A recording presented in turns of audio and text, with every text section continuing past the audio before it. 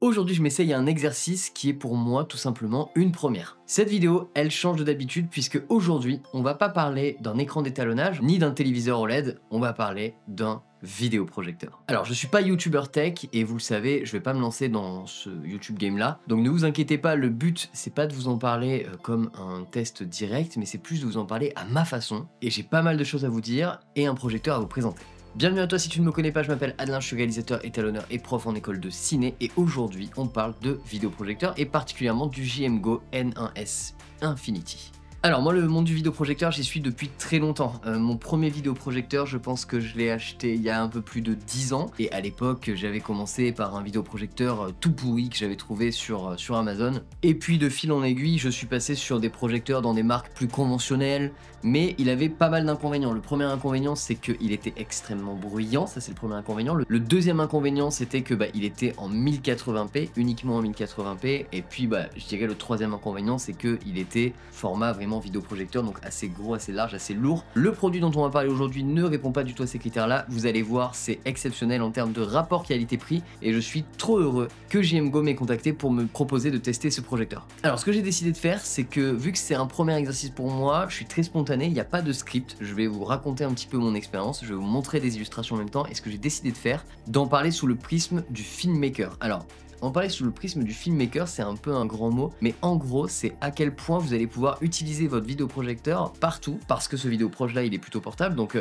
pour visualiser en fait vos images dans de très bonne qualité, vraiment avec tous vos potes sur n'importe quel mur, un peu partout. Et pourquoi je dis ça, c'est parce que nous, avec Romain, ça nous arrive systématiquement de checker nos images dans plein de conditions différentes. On est rarement que devant la station d'étalo dans mon bureau, c'est plutôt rare. Au final, on se retrouve tout le temps dans une cuisine, dans un n'importe quoi. Et c'est intéressant parce qu'en fait, ça permet de checker du coup son contenu de partout. Bon, et évidemment, on va parler aussi du divertissement et tout ce qu'il y a avec, puisque c'est complètement l'intérêt de ce vidéoprojecteur. Allez, on commence direct avec les specs. Ce vidéoproj, il vient avec une luminosité de 2600 lumens. Alors, les ANSI lumens qu'on retrouve sur les vidéoprojecteurs, c'est une norme en fait de luminosité. La norme des lumens, vous la connaissez peut-être puisque quand vous achetez une ampoule, il y a écrit LM, donc par exemple il y a écrit 800 LM, c'est-à-dire 800 lumens. Concrètement, ce qui change, c'est que 2600 lumens, c'est une très haute luminosité. Vous allez pouvoir regarder le projecteur en plein jour, c'est ce que j'ai fait. Regardez, là je vous montre un petit peu des démos. Donc là, ici, on est en pleine journée. Alors il faisait pas très beau, mais voilà, la luminosité est vraiment excellente et en plus il est pas à fond. Et là aussi, du coup, regardez, je suis quasi en situation de plein jour.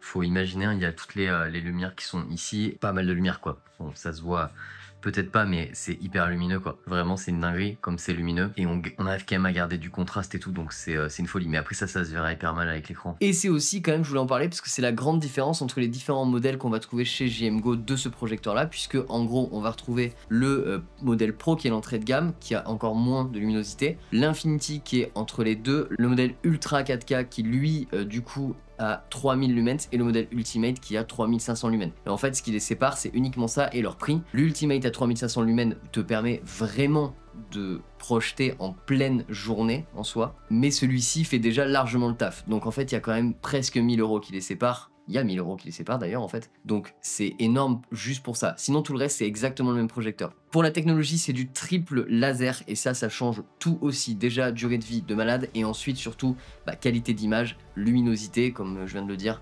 exceptionnel. C'est une matrice DLP de chez Texas Instruments, donc c'est vraiment des composants d'une extrême qualité. C'est pas du tout un produit bas de gamme, c'est un produit haut de gamme. Donc c'est super, on va retrouver un très bon rapport de contraste. Alors eux ils l'annoncent à 1600 pour 1. Il est 4K mais pas vraiment 4K, vous connaissez peut-être ceux qui ont l'habitude des vidéoprojecteurs. Il utilise une techno qui s'appelle la Wobulation, donc c'est une techno en fait qui va permettre, si vous voulez en gros pour faire très court, d'émuler de la 4K mais de la vraie 4K. C'est pas de la 4K numérique en fait, c'est pas de l'IA qui va rajouter des points. Et donc ça a été pour moi le premier gros changement, c'est que j'avais pas vraiment testé auparavant de projecteur 4K et là du coup c'est phénoménal, même si la matrice n'est pas 4K, la Wobulation marche très bien et c'est hyper beau en fait, c'est hyper net, précis que ça en peut plus. Et aussi eux ils disent qu'il fait 110% du Rec 2020 et il a un delta E inférieur à 1. Alors 110% du Rec 2020 non, rien ne fait 110% du Rec 2020 en ce moment, mais par contre il est pas très loin, il aurait été mesuré aux alentours de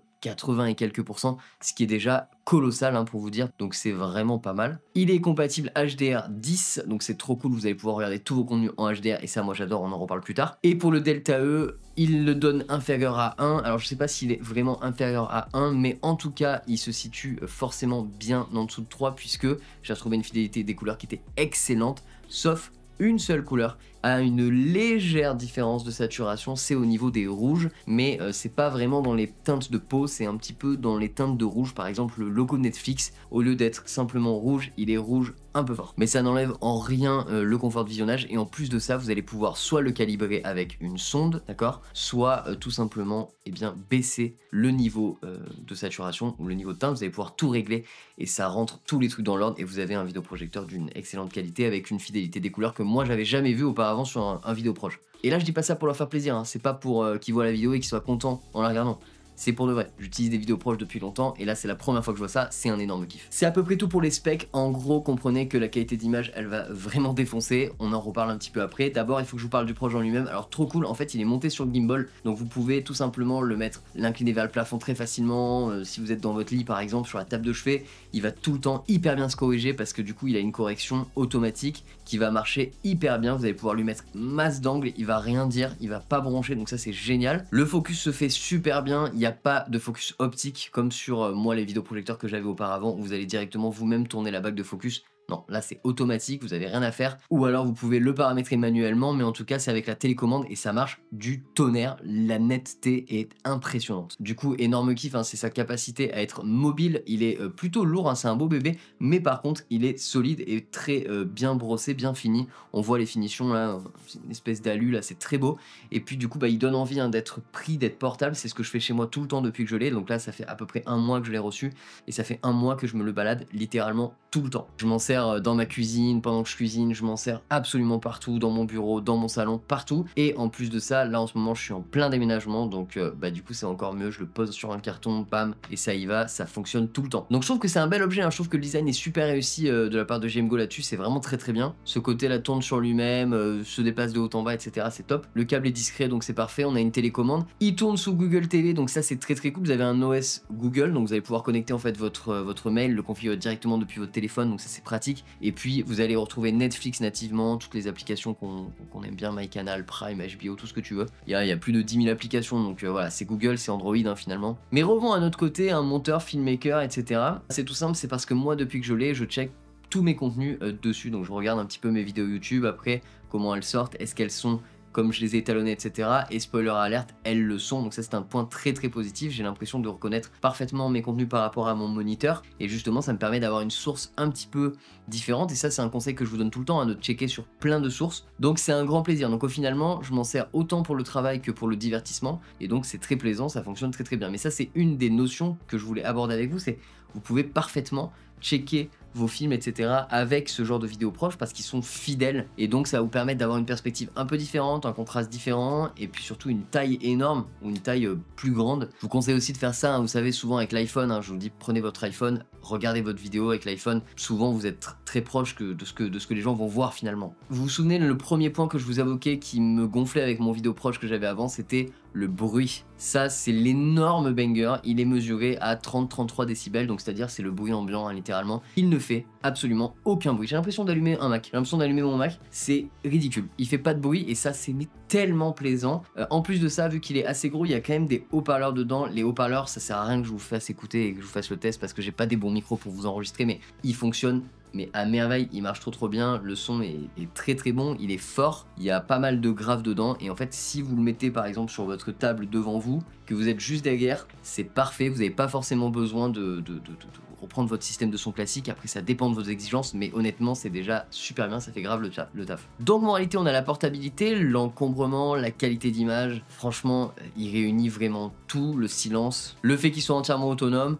Vous allez retrouver quand même 2 ports HDMI à l'arrière et un port jack pour mettre par exemple du son, justement une prise de son, donc ça peut être par exemple moi j'ai une barre de son avec un caisson, mais vous pouvez mettre ce que vous voulez, en tout cas ça fonctionne à merveille. Ce vidéo proche il est parfaitement réussi, je suis trop content de tester pour la première fois sur la chaîne un produit comme ça qui est un peu différent, qui change, parce que c'est vraiment un truc que j'ai rentré dans mon workflow et vous allez voir, je déménage dans des nouveaux studios bientôt et justement ça c'est un truc que je vais exploiter pour enfin avoir un studio d'étalo où je vais pouvoir projeter aussi sur le mur et regarder mon résultat. J'ai hâte de faire ça, d'acheter une toile et de projeter pour avoir vraiment un truc vraiment studio d'étalo très quali. Donc merci à GMGO pour ce partenariat, c'est un énorme kiff. On va aussi avoir ça, alors ça c'est intéressant pour l'étalo, donc c'est l'adaptation automatique de la couleur murale. Donc ça typiquement lorsque vous voyez vous avez un mur qui n'est pas totalement blanc ou que vous projetez pas sur un écran, c'est mon cas ici, hein, et ben il va tout simplement calibrer l'écran, donc calibrer la balance. Et regardez, on va le faire, hein. Vous voyez, il fait une vraie calibration.